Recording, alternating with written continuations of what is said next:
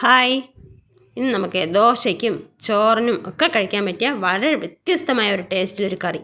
വളരെ ടേസ്റ്റിയായ ഈ കറി എങ്ങനെ തയ്യാറാക്കുന്നതെന്ന് നോക്കാം. അപ്പോൾ വീഡിയോ ഇഷ്ടപ്പെടുകയാണെങ്കിൽ ആ ലൈക്ക് ബട്ടൺ ഒന്ന് ടച്ച് ചെയ്ത് ചെറിയൊരു പ്രോത്സാഹനം തരാൻ മറക്കരുതേ.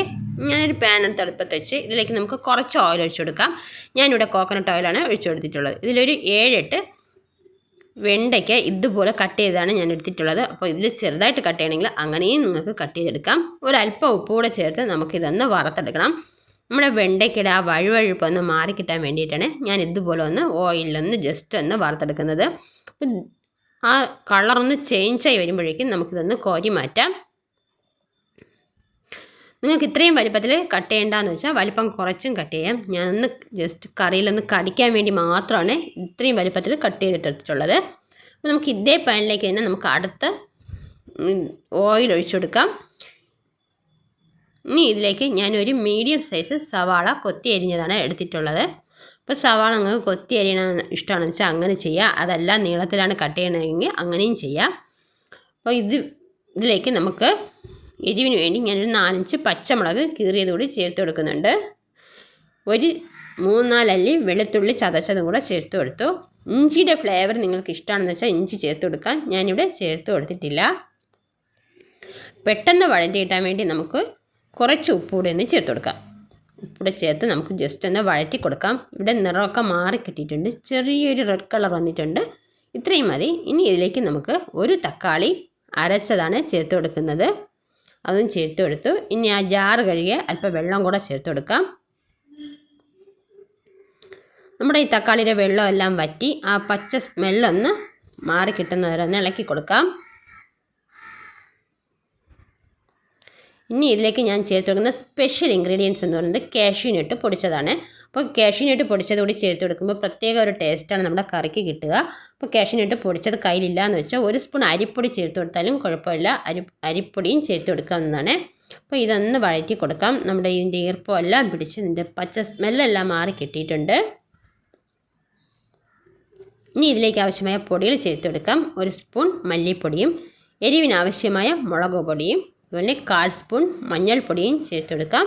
അതുപോലെ ഒരു 3/4 സ്പൂണോളം ഗരം മസാല പൊടിച്ചതുകൂടെ ഞാൻ എടുത്തിട്ടുണ്ട്. അപ്പോൾ അതുകൂടെ ചേർത്ത് ഒന്ന് ഇളക്കി കൊടുക്കാം. തീ ലോ ഫ്ലെയിമിൽ വയ്ക്കാൻ ശ്രദ്ധിക്കണേ, കാരണം നമ്മുടെ പൊടികൾ പെട്ടെന്ന് കരിഞ്ഞു പോകും. അപ്പോൾ പൊടികളൊക്കെ ചേർത്ത് നല്ലോണം ഒന്ന് വഴറ്റി എടുത്തിട്ടുണ്ട്.